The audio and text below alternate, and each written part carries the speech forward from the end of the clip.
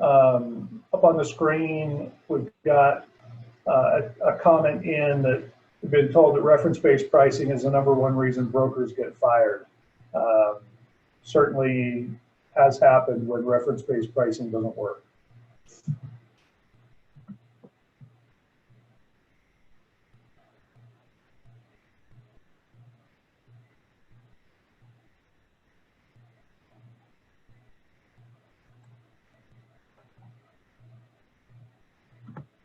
Right, we've got Lester Morales with us today and Paul Carter from HMA. Lester comes from Next Impact. Lester, what are a couple of the things that you've heard or seen from advisors in regards to reference-based pricing that are common talking points that float around the industry? Yeah, Jeremy, it's interesting. I love the, hey, that's how people get fired, comment, because I do 100% agree. When I was at Willis, I remember us having national conversations with ELAP. And for those of you that have probably heard some negative things, it's probably more on a type of model like that, where it's, hey, employees, go access healthcare wherever you want to when you get a balanced bill, not if or what to do. When you get one, call this number and we'll beat up the provider. And this is exactly why we built PinPoint differently, because in this model, not only do you not get fired, this is one of the best open door strategies I have seen. I have advisors across the country that have written more than $500,000 in new business revenue using this model. And you'll see between conversations with Paul and myself that our model that we built here with Jeremy and the folks at Breckpoint and 44 North is not this noisy model that you hear. So I can't wait to debunk that myth, Jeremy. Right, perfect.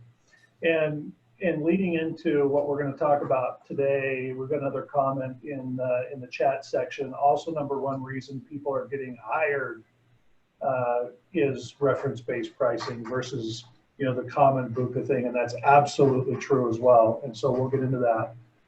So what you're going to hear today from Lester, from myself, and from Paul Carter is PinPoint's, the differentiator for PinPoint reference-based pricing is this is not like other reference-based pricing programs. This isn't what you've experienced elsewhere. This is not what you've heard about on the street. And we're going to get into the weeds a little bit. So as you've gone through the webinar series, we talked about self-funding as the foundation. Last webinar was the prescription program through 44 North and the fantastic work that they're doing with their ArrowRx program. And then today, that reference-based pricing does not have to be noisy. It is a win-win-win strategy. Everybody wins, including the provider, which is a very common myth that the provider or the facility loses with reference-based pricing. And to the comment that we had come up, it can be a producer secret weapon. So one of the most important parts of what we're going to do today is we're going to get into the weeds quite deep into what this is. And I want to differentiate what today is going to be versus the opportunity to co-host the next webinar. And we've got to save the date that will go out. The next webinar will not be as detailed oriented as today is. We want to provide you, the advisor, additional information and education about how PinPoint works. We're going to simplify that for your clients in the client-facing webinar and wanted you to be aware of that. All right, so the level set. What is reference-based pricing versus the model out there? We hear on the news, we hear from politicians, you hear all kinds of all the time that healthcare is broken, and really what that points to, it's not broken. It works how it's supposed to work or was designed to work. What's happening is the average American worker is paying more and more for healthcare compared to their income each year. And so it's becoming more difficult for the American worker to access healthcare. If we've got a high deductible, for an average family, if it's $3,000 or $4,000 or $5,000 before you blow through the deductible and you're able to access healthcare on a regular basis, a lot of families simply can't do that. And we're seeing that trend shift in this graphic from 2008 to 2018. Over that 10-year period of time, more and more most families are experiencing healthcare at a 10 to 12% of their income overall, which is a significant amount, right? And further, I think the problem is exacerbated by the fact that the carriers themselves really don't have an incentive. If you want to move to the next slide, they don't have, no, the one before that, thanks. There's not an incentive for the carrier to lower costs. In fact, carriers are rewarded in today's environment by higher healthcare costs. And one of the interesting things to point out here is the ACA or Obamacare limited the carrier's ability to take a profit to about 15%. Yet their stock prices climb higher and higher and higher, and they're making more money. That's all driven based off of cost increase. There's a few other things there, but they really don't have any incentive to lower the price. They would just simply make less money. All right, so Lester, as you go around the country, you talk to advisors day in and day out, and one of the questions that you bring up again and again is, what are the carriers bragging about? What are they selling advisors on their model? Yeah, let's have some people munch in. So if you're sitting in front right now, a carrier sitting in front of you, what's the two things that they typically brag about? Write that into the Q&A or the chat feature there. What's the two things that people brag about? The network. Yep. The network. What? Discounts. Perfect. That's the exact word that I wanted to go off. So what's interesting is, and for those of you that don't know, I spent 13 years at Willis, grew my own $3.5 million book, and then led North America. And so we had 200 salespeople. So it took me, and I'd like to think that I'm a little smarter than the average bear, but it took me a long time to kind of figure this game out, where I would sit down and we would chase the network discount. All of my groups were self-funded, and we would look to see, okay, who had a better discount at hospital A versus hospital B versus hospital C, because at the end of the day, if we could pull out a 4 or 5% better discount at a particular hospital that most of the members were seeking services, we could save a client a couple $1,000s, a couple $100,000 even. And so it wasn't until I started to truly understand discount off of what. And if you paid attention to any of the marketing material for this webinar, I advise everybody to Google Adam Ruins Everything. It's a mockumentary on True TV, but they have a great one on why hospitals are so expensive. It's a great prospecting tool, but when you look at it, the conversation off of discount off of what? And I want to explain what this slide and the next slide are going to depict. I'm a Floridian, so we're going to pick on Florida. 900%. So what 900% is the spread between what a hospital bills at versus what that same hospital gets reimbursed by Medicare. So if Medicare is $1, a hospital average in Florida is 900%. So when Blue Cross sits in front of us and says we get a 50% discount, that's a 50% discount on something that's been 900% overinflated. or when we start talking about North Carolina or any of the other states out there, the discount is off of a spread that has nothing to do with anything other than what the hospital decided that they were going to bill at.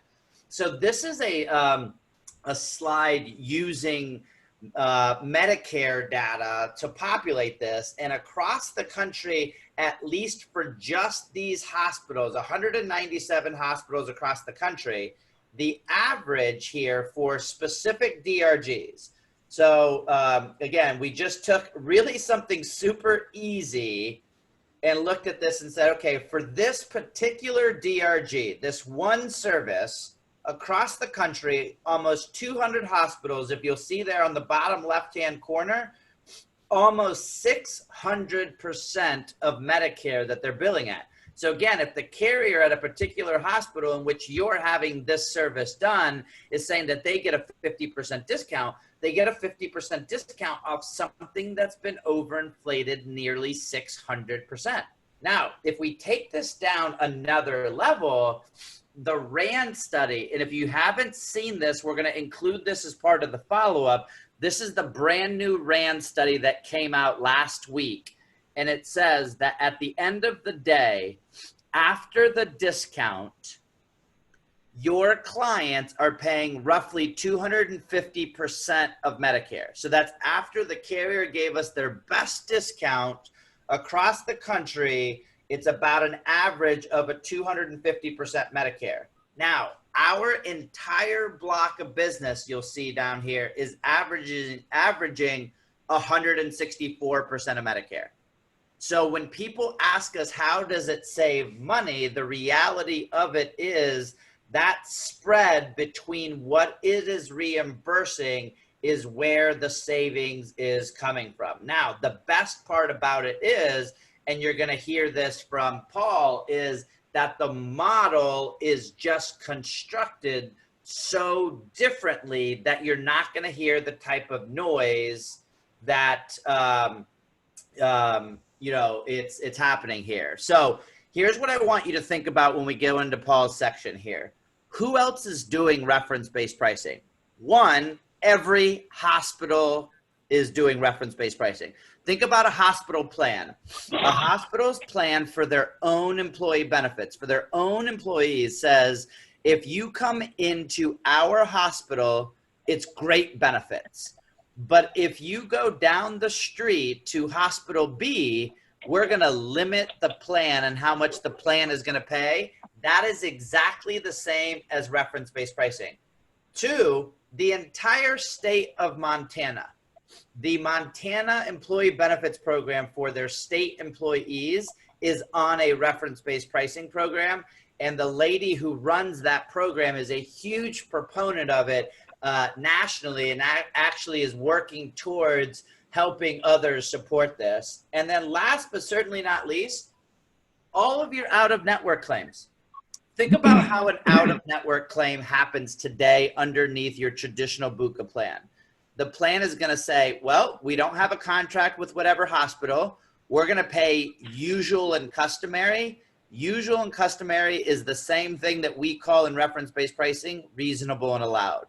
So when you think about reference-based pricing and it's such a weird or foreign concept, the reality of it is exactly like how the plan operates with out-of-network claims. So, Jeremy, I'm going to pass it back to you to kind of introduce this part without Paul, but I want to make sure that people understand that this model is constructed so far differently. So make sure you're taking notes about how to do the analysis of when somebody says something negative, why in fact it was a negative model, because what you'll see is that PinPoint is built fundamentally different. Yeah, thanks, Lester. It is fundamentally different. One of the most intriguing meetings I've had in the last couple of years was with an advisor actually in Michigan who told me that they had a reference-based pricing group of clients, and on December 3rd, they were dropped right on his desk 200 balanced bills for all of his clients that he had to now sort through right at the end of fourth quarter. And it was absolutely a disaster for him. That's probably the worst story I've heard. Breakpoint as a company, we've been on the path of self-funding for quite some time with our own employees. In fact, everything we do is self-funding. But on the EB side, it's been this long story for us. We went self-funded. We were network. We saw our pricing increase. We jumped in with both feet and decided to go straight RBP. And just like all the horror stories we had heard, we began to experience them ourselves. And this was prior to working with HMA and Paul Carter. The balance bills happened to us, happened to me personally. We lost access to physicians. The employee noise was horrific. The only saving grace about it was the savings were there, right? Financially, it was very good. And then we fast forward to 2020 and working in the PinPoint model ourselves with Paul Carter and his company HMA. It was truly a night and day difference. We saw an immediate turning point. In fact, I've got my personal assistant was so skeptical that it could be better. She went through recently some issues, and she kept a spreadsheet of all the charges, all the interactions. She said, I'm gonna see if this really is what you're selling. And she came to me a couple of weeks ago and outlaid the whole thing and said, I can't believe how good the people at HMA are, how well I was treated, and the cost savings that went to the plan as she tracked the whole thing. It just is different. So that being said, Paul Carter and HMA have been a great partner with us. We love that they're a part of PinPoint plans. And Paul, I'm going to turn it over to you to talk through what you've built and why you've done it. Well, thank you. I appreciate the very kind words. I'll make sure I pass that along to the team, because as everyone on the phone knows, that once the group becomes active, they don't have to deal with me anymore. So that's always a good thing. So Lester, are you controlling the slides? So let's talk a little bit about reference-based pricing 101, the basics. And a lot of the information that you guys have heard about are the mechanics of why it works and how it creates the savings.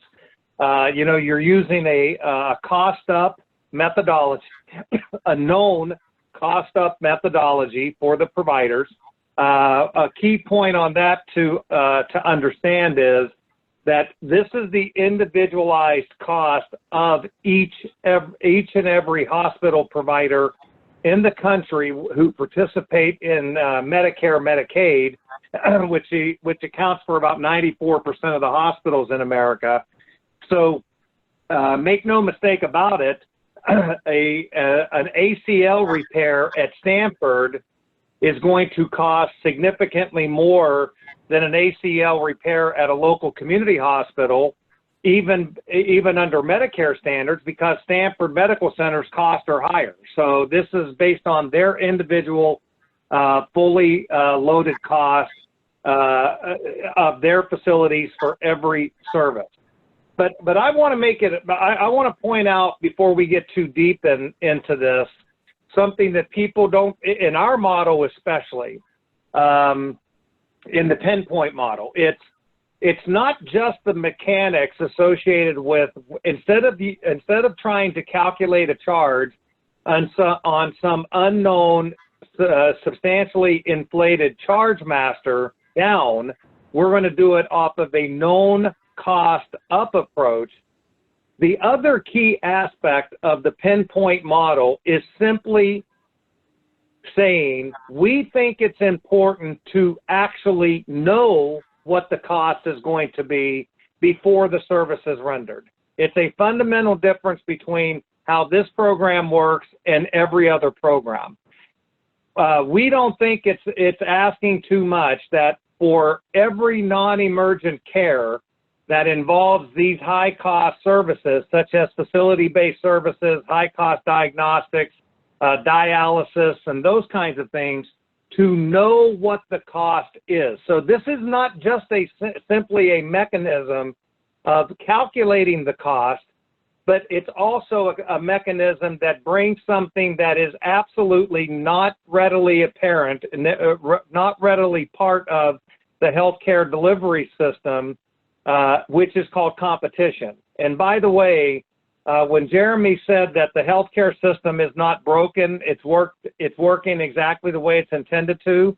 That's exactly what the hospitals and the large insurance companies, that is, if you gave them truth serum, that's exactly what they would say. They're perfectly happy with keeping the actual cost a secret, because that creates leverage over every one of us. And the PinPoint model is simply saying we're going to know what the cost is, good, bad, or ugly, before the service is rendered. Go ahead, Lester. So, you know, the benefits. Obviously, the transparency part of it, which is what I just described. The pre-service notifications, you absolutely are going to save money. Categorically, these plans save the clients money. But as Jeremy indicated earlier, there are multiple different ways that these types of models can be delivered. And one of the most important things that advisors have to keep in mind, not only for their own sanity and how they sleep well at night, but also obviously for the betterment of their clients, is always keep that member experience at the top of mind. Because you can have different models that will achieve similar cost savings, but make no mistake, they have a different impact on that member.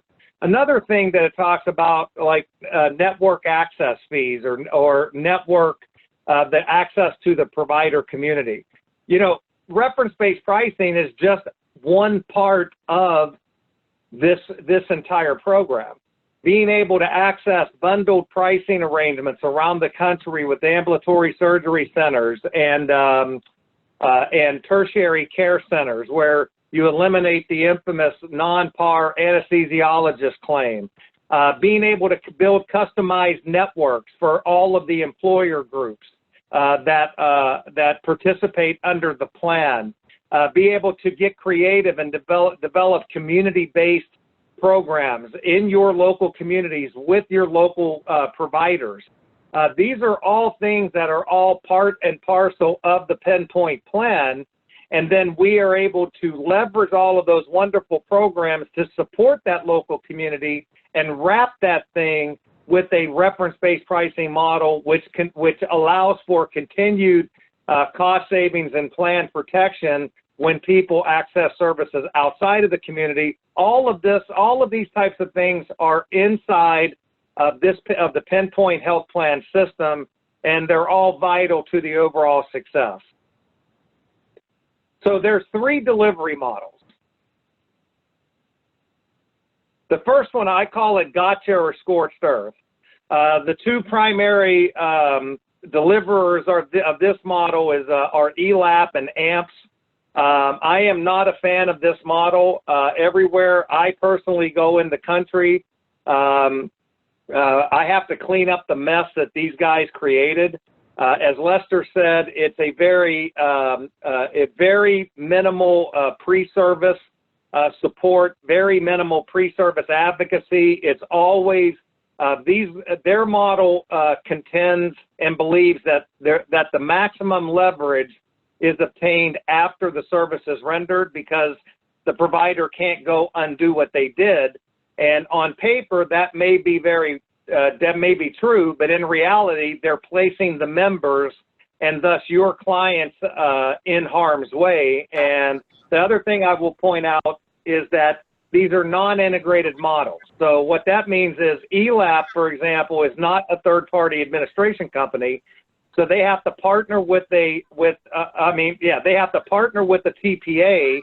A lot of times that TPA may not do their own medical management, so now you have a third vendor in there, and it becomes a real administrative nightmare for everyone. Absolutely a terrible model. Go ahead, Lester.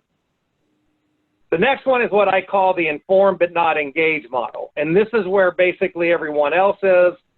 This is your HSTs, your 6 degrees, payer compasses, and those guys. And it's a far better model than the first one.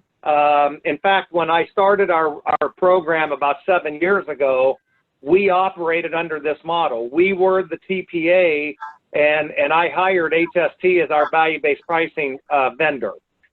So under this program, you start to see some pre-service estimate. You start to see some advocacy, some member support before the service is rendered. They will work to inform the provider what the likely reimbursement is, but they're not going to engage with that provider and have an agreement with that provider before the service is rendered. Once again, it's a non-integrated model, meaning that those vendors are not administrative companies, so they have to partner with other vendors. And you're talking about 2 different companies, 2 different ownership structures, technology systems, time zones, philosophies. So administratively, it can be a real problem. HST is a good company. They got good technology. They try real hard.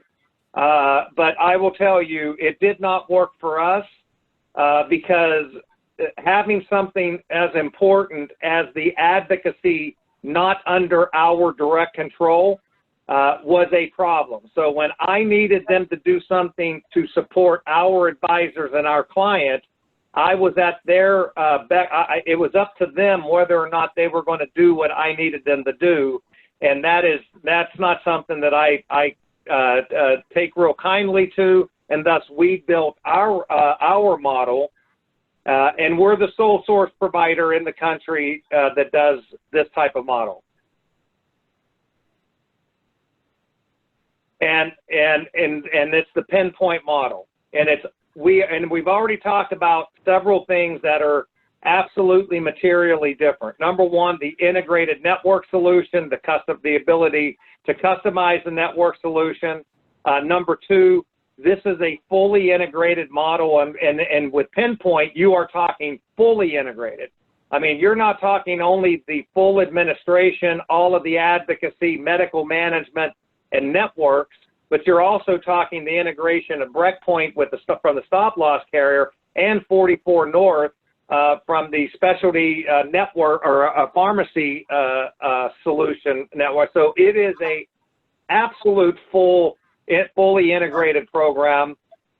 We all work very well together. It's just wonderful. And the other thing that is different about PinPoint than everything else, this program is all in all the time, where we not only calculate what the costs are going to be, we not only tell the providers what the costs are going to be, but we actually engage with that provider and obtain letters of agreement on every single value-based pricing service under the plan that are non-emergent. What that does is it has eliminated the balance bill concern on non-emergent situations. This is a very simple picture of what the plan looks like.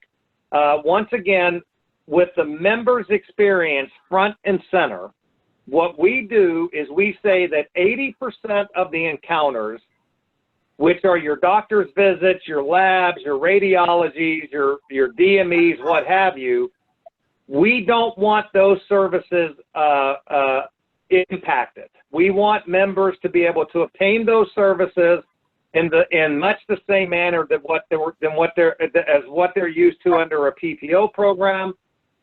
However, those 80% of those services only account for 20% of the overall cost, which allows us to really do all of our magic on the 20% of the services, but those services are what's counting towards 80% of your cost, and it's your facilities, dialysis, high-cost diagnostics, and those kinds of things. So these are other things that are in our toolbox, in your toolbox. Direct purchasing, direct contracting, being able to build those customized networks. I cannot tell you what a wonderful selling point. When these guys talk about you guys out prospecting, being able to go into an employer group and tell them that you have programs that we can build customized provider networks for that employer group of any size, that is a powerful, powerful thing. Reference-based pricing is part of the toolbox. Bundle payments. We have access to thousands and thousands of ambulatory surgery centers and tertiary care centers on fully integrated, fully bundled payment arrangements that not only provide a wonderful experience for the member, but saves the plan money. And all of these programs, all of these plan designs afford the members to, if they choose to become better purchasers of healthcare, that they can have their out-of-pocket expenses either greatly decreased, if not eliminated. And thus, these guys are able to receive free health care because they were willing and able to work with their advocate and go to a lower cost, higher quality type provider.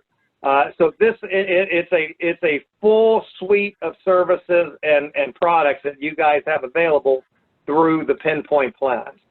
Perfect. So this is just an example of what would happen. So someone, kind of hurts their knees, or they're out. I think Johnny's playing tennis, so he sprains his knee.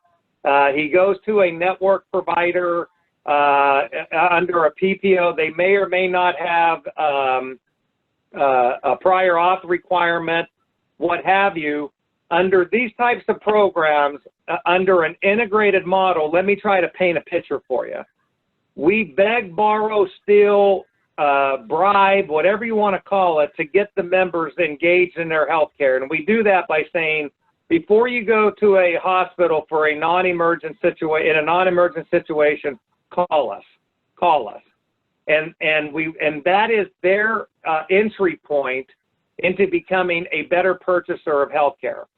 But if they do not call, meaning the member, then the provider will always call for benefits and eligibility.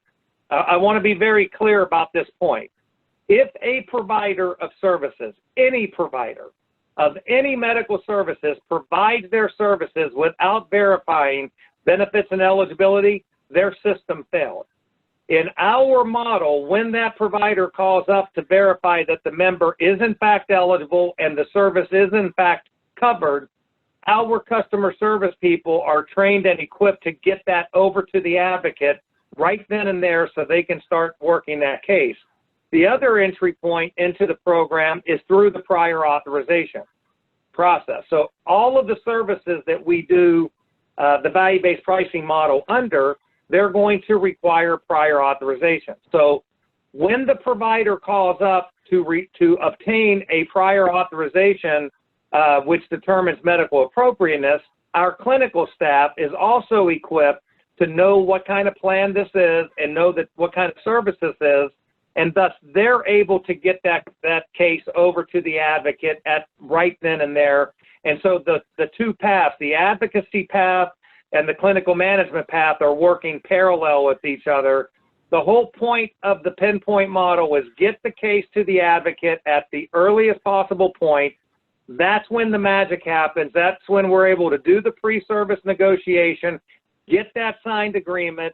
Johnny has his surgery, that both the employee and the employer are saving a fortune, and quite frankly, everyone is happy. Because not a single provider that we've ever dealt with was unhappy with actually providing the service to our members, because they have agreed to the pricing, they've agreed to the program before the service is rendered, and that's a far different cry from their belief and their vision of having a payer tell them weeks, if not months after the fact, how much they're going to get reimbursed for a service. Great. Thank you, Paul. That was tremendous, and also a lot of information. I think it'd be good to pause real quick for anybody to jot down in the Q&A section any questions that you may have, and we've got a couple coming in. let's take this first one. How does a provider know to call for benefits eligibility? That's a great question. Paul, do you want to handle that one? They do it 99.99999% of the time. Like I said, last year we had over 13,000, I think 200, over 13,200 cases like this. And we had a total of 62 where the member did not call, the provider did not call for benefits and eligibility, the provider did not call for prior authorization. That means that the health plan did not know this service existed until the claim was received. When a provider provides a service without verifying that the member is in fact eligible and that the service is in fact a covered benefit, their systems failed. So it's not about educating the provider to remind them to call. It's about making sure that the phone number on the ID card is correct and making sure you got the right people answering the phone when they do call, but they most definitely do call. So Jeremy, I want to add on that just so everybody understands. Think about your own accessing of healthcare. You go to the doctor's office, you go to the hospital, whatever it is. When they grab your ID card and say, "Hey, can I get your insurance?" to verify that you're eligible, that's what Paul is talking about. That. So, just because somebody hands over their United Healthcare card doesn't mean that person's eligible. They might not even work at that company anymore. So every single provider has been used to, since pretty much the existence of managed care, calling in and making sure that that patient is eligible. That's their lifeline of understanding that they're going to get paid for that service. What Paul is saying is that that's the point. That's the safety net. That's the check and balance, that if the member doesn't call, which we want the member to call first, but if they don't, that's how we know we've got the safety net, because every single provider is going to call to make sure that that patient is eligible. Great. So follow-up question. When the provider calls, the price is negotiated under RFP model and the provider signs an agreement to accept payment.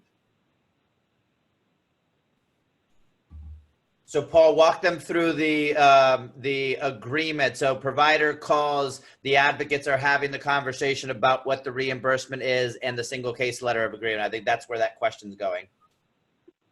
Yep. And it's a very good question. And it's another significant philosophical difference between the PinPoint plans and other, this model and other models. So in other models, members are told, go access services wherever you want to, life's good, that sounds really good, until the balance bills start flowing.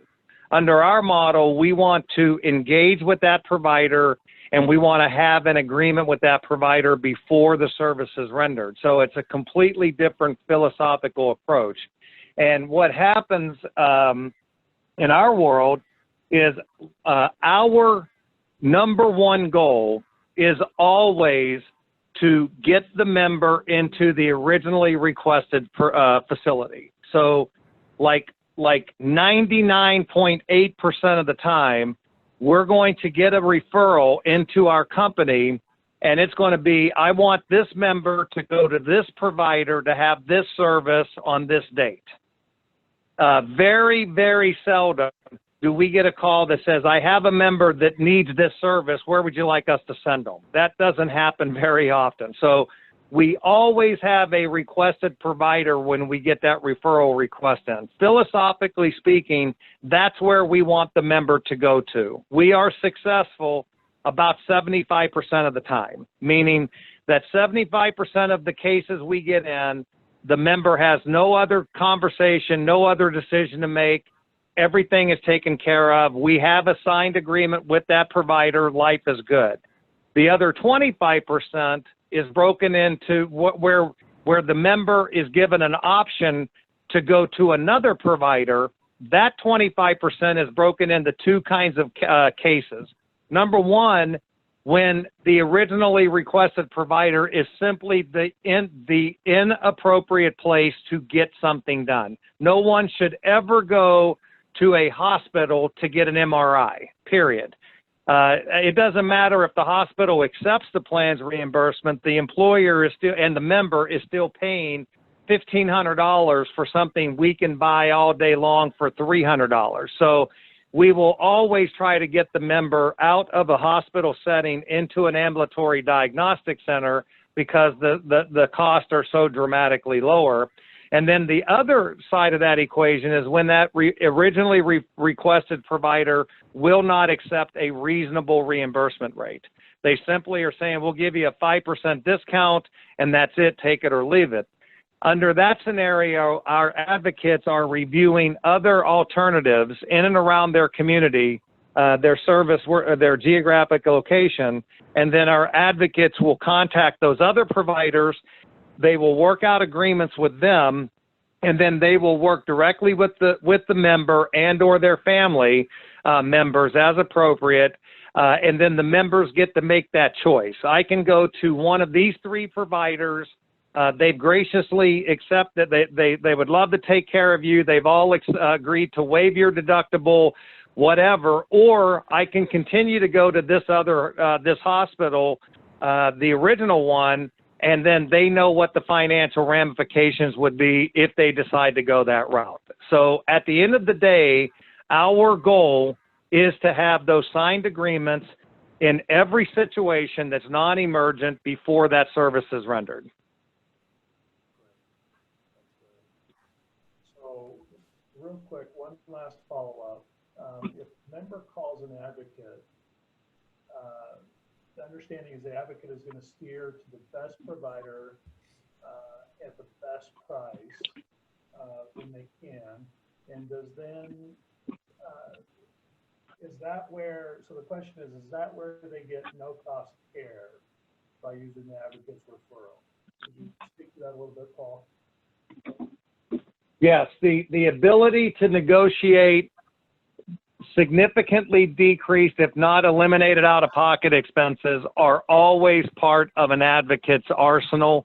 The providers like that a lot, obviously, because now they're not having to collect any money, which helps lower the, which helps incentivize them to accept a better reimbursement rate. And obviously, the members, you know, you got somebody out there, a family of three making $20 an hour, sitting on a $4,000 deductible plan. It might as well be $40,000. They simply don't have it. And I mean, we have literally countless numbers of testimonials from members where they are literally blown away by the program. I mean, it's a life-changing event for them. They can go get the healthcare services that they need with little to no out-of-pocket expense. And all they had to do to achieve that was to look at buying healthcare services in the same manner that they look at buying everything else in their life. And that it become a better a purchaser of those services. And we have the full team and the full support system to help them do that. Great, awesome. Lester, I think the next question goes to you and really kicks off your next slide. Is the question is, what is the best way to use PinPoint to generate new business for APs? Yeah, and I love it, guys. I only wish these types of plans were around when I was a producer, because you know, you look at this and say, what gets somebody attention today? Let's lay down that healthcare is the second to third largest expense item in every company's expense. I mean, so when you're talking about something that could save 15, 18, 20, 30% on healthcare costs, that's a conversation that's going to get somebody's attention. So I kind of laid this out in a couple different buckets. One is, guys, we work with a lot of advisors across the country. So PinPoint is an exclusive program to Acrisure, but obviously the concepts around reference-based pricing is happening more and more out there. It's beginning to pick up steam. You have to be prudent and be able to talk about this to your client, even if you or them have zero intention of ever moving. So I would make sure that it's included in every single one of your pre-renewal meetings, and that you're at least having the conversation so that they understand that the word exists, that they hear it from you, and it's not somebody else that's getting in the back door using this as a conversation. 2 is every quote that we're going to give you is going to be lower than the options you have for their renewal. I'm yet to see one, maybe every once in a while, where it's just a baffling case. But for the most part, every number that we're going to give you is lower than the option that you have for that client today, which is a great place to be. 1, the client is going to be thankful that you are their advisor. And 2, you've got that now to go back to their current carrier and leverage that if you need to. We would love to write 100% of your business, Jeremy, wouldn't we? But the reality of it is that's not for everybody. So if we can add value to you and you can see more and more quotes, you're going to start to see that this is a pattern of just doing a better job helping clients with their healthcare spend. The fun part about this is using this to grow. And so, I try not to put my, blinders on to say, okay, I get it. In the back of your mind, you might be thinking today, wait a second, I've already got this client. I'm already getting paid. I've got my override from Blue Cross and Blue Shield. Life is good. So let's just stick your current block of business over here and let's talk about how to use this to grow. 1 is new logos. Just imagine having the conversation with the client, a prospective client. What do you talk to them about today? The reality of it is, with cost parity, which is exactly what happens in the healthcare world today, right? Everybody has access to the same carriers. So there's really not a whole lot that you could say that's not the same as the broker down the street or the incumbent that they're talking to is, well, we are a big broker with so-and-so. We're Accusure. We've got $2 billion of revenue. Well, somebody else has $3 billion of revenue. So the reality of this is having a different conversation. So now when you can have a conversation of not only can I save you 20% on your healthcare, I could do so while waiving the cost, the out-of-pocket expenditure for your members, making it better for them to recruit and retain the best talent. Well, I mean, you just now hit every goal and objective for every CEO, for every CFO, and for every HR director who either wants to save money for the organization, probably CEO and CFO, but they want to recruit and retain the best talent, which is everybody down that continuum. Now, going back to your current client. So I have brokers that are like, man, you know what? Every year I'm in the same rat race. I got people calling on my clients every day. We market to the same carriers every year. It's the same rat race. And is that even 1, doing any good? And 2, is it profitable? So I have clients, advisors that are strategically rolling their blocks of business over to these types of plans because they now know that's less work continuously down the road, but they're going back to their clients and saying, hey, this is a new way of doing healthcare. We're going to save you money. It's a little bit more work, so we'd like to share in the savings. So they're actually putting a percentage of savings compensation in. And so for every 100 life group, there's probably saving them $200,000. So the reality of it is that $200,000, if they could get a 10% savings, they just picked up an extra $20,000 revenue on that client and got that client into a plan that is going to increase their retention, because the reality of it is less people are going to come, down the back door trying to get in there and have that conversation. The client who gets a bad renewal, that's typically what we see. And Jeremy, I hope you're smiling on that. Normally we're getting a call from Accusure partners across the country saying, holy cow, I got a dog for you. Now, the good part is the reality of it, we could normally pull a rabbit out of the hat and turn those dogs actually into very good opportunities for that broker to look really good, while also putting themselves in a great light with that client. And then last but not least, where I think the biggest opportunity is in the cross-sell. The reality of this is typically our PNC comrades are already talking to the CFO. The CFO is the main topic and target for this conversation because they are the financial stewards of the organization. So what I would tell everybody, especially if you are the agency owner or if you're in charge of growth for a region or whatever, listening to this call, the reality of this is looking at cross-sell opportunities is a huge low-hanging fruit. And so we wanted to remind everybody the opportunities that we're seeing out there and what the good industries are.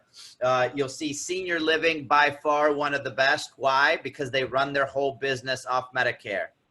You don't have to explain what Medicare is to a senior living professional. They get it quickly, and those convert at a very high percentage. Transportation, auto dealerships have been fantastic. Trucking firms have been great. Native American casinos, because Native American groups have some special things that you could do, and PinPoint has some of these things already built in there with the pharmacy and things of that nature. Manufacturing, private equity, and AccuSure partners. So if you want to eat the cooking that you cook, the reality of it is obviously Breakpoint is already there, and we've actually quoted on some others. And remember, we could go down to 10 to 15 employees if we're talking about the AccuSure partners. So, you know, if you're not on the AccuSure wide medical plan and you're still running your own, take a look at this, because not only can it save you money, you'll experience firsthand what that is. Lastly, some prospecting activities. We're going to remind you and show you the impact analysis that we could run for prospects with some very limited data. Obviously the RX, and if you missed last month's webinars, please go back and watch the replays, but the 44 North program is unbelievable. And if you just have the top 25 drug spend and what people and what medications people are on, we can absolutely run an analysis and show you what the savings there are. Inviting people to these webinars. So we're going to end this with reminding you that you can co-host this and co-market this to your prospects and clients. Getting people on these webinars are absolutely moving prospects into potential buyers, because you don't have to be scared to have the conversation. All you have to do is invite them to something that's exclusive to your firm and really get on that. And especially if you're concentrating on an industry vertical and through introductions through the PNC colleagues, it has just been great. So, Jeremy, I will turn it back to you. I did want to answer one of the questions on there that was about the Caymans and some things of that nature. The reality of what's great about the PinPoint program, and especially our relationship with HMA, is no matter what hospital, where it is, or what networking strategy, their systems have the flexibility to be able to do that. So if we want to incentivize somebody to go to a particular hospital versus another, we can do so. If we want to waive the cost completely at that particular hospital, we could do so. So if you have relationships also with particular hospitals, they might be clients, they might be, you know, friends of the family or whatever, hospital CFOs, CEOs are great lead in to have conversation about an overall relationship with PinPoint. So Jeremy, I'll turn it back over to you for the questions.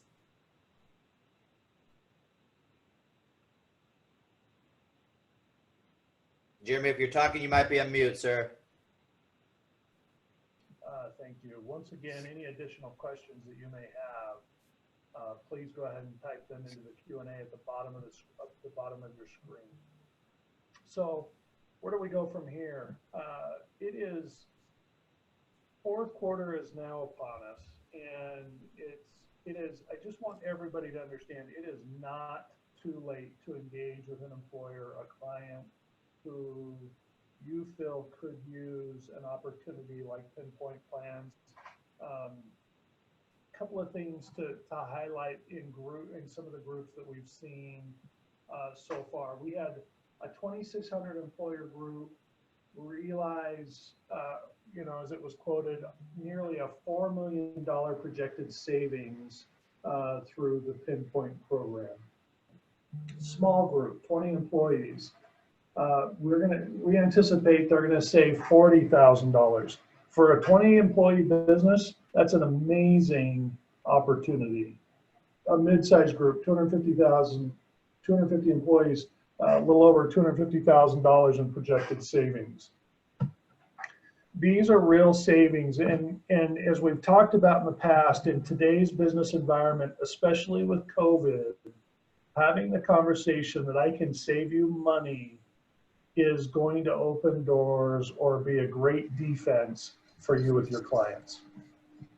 Okay, so PinPoint in action. What have we seen so far? On the submissions that have come in, the current per employee per year cost is about $7,900. The average renewal increase is going from $7,900 to $9,100. PinPoint quotes are going out at a max cost of $7,000, $900 per employee per year savings on max cost, and $6,500. So roughly about a $1,500 per employee per year savings on expected costs. That is significant and a great opportunity to take into your employers, right? So that next opportunity that we've talked about, the save the date for October 13th, we are going to have the employer-focused webcast again. We're going to simplify all of this, and the focus is going to be educating on what RBP is and how it has the potential for your prospects and your clients to save some money, and how PinPoint does it differently. All right, so please engage tomorrow with the emails that are going to come out. You're going to get the same co-host opportunity emails. There'll be quality emails that you can forward right to your prospects and engage. And then a reminder about the impact analysis that's available. We can provide this for each one of the quotes that come in. Again, whether or not they end up taking this, this is available to you, and is a great way to tell the story and what they can do. And last but not least, we want to put our money where our mouth is. We're going to provide some fourth quarter incentives. First advisor starting October 1st that has 5 submissions, we're going to have a cash prize of $1,000. Advisor with the highest close ratio during the fourth quarter, $2,500 prize, and then 3 prizes for the most written premium. First place $5,000, second place $2,500, and third place $1,000. Take advantage of a little bit extra money at the at the end of the fourth quarter through this fourth quarter contest. Any quote requests, we're going to need a census with election and tiers, current plan information, and the rates, and we'd love to get the renewal that we can do a comparison or an analysis for you. Lester, that's it for me. Anything you want to add before we sign off? Yeah, no, I just want to make sure people, there was a question on there that, hey, how late do we get firm rates and things of that nature? Guys, the reality of it is, depending on the size of the group, depending on the information, will depend on that answer. But here's the thing. You only have to keep continuing down the road if the quote is competitive. So the reality of it is, if the quote comes out and it's only 4% below, well, then let's not have a conversation. But the reality of it is, what we're seeing is some quotes are coming out 30% less than their opportunity that they have today. And that's when we continue down the road. So what I would take everybody, I would take you guys up on your offer in the contest, and I would be quoting as much stuff as possible, because again, worst case scenario, they get to win some contest money, but they get to show clients a different alternative, and more importantly, maybe even use this to prospect. So looking forward to being able to help people down the road. And with any questions, just make sure you're emailing pinpoint@breckpoint.com. That will make sure everybody on the PinPoint team will have visibility into the questions. So again, pinpoint@breckpoint.com. So Jimmy, thanks for emceeing this today. Paul, thanks so much, and look forward to the next one. Thank you, everybody. Thank you.